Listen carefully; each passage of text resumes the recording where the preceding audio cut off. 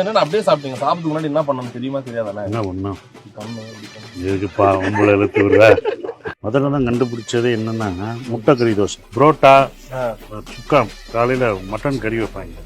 சொன்ன உடனே போய் சாப்பிடணும் போல இருக்கு.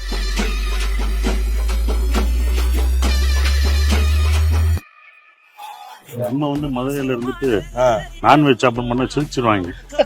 அதான் மதுரையில இருந்து வந்துட்டு என்னங்கடா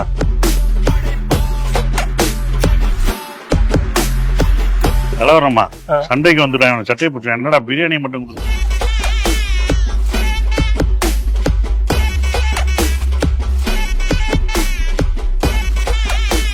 அப்படியே சாப்பிட்டீங்க? சாப்பிட்டு முன்னாடி என்ன பண்ணணும் தெரியுமா தெரியாதானே? என்ன பண்ணணும்?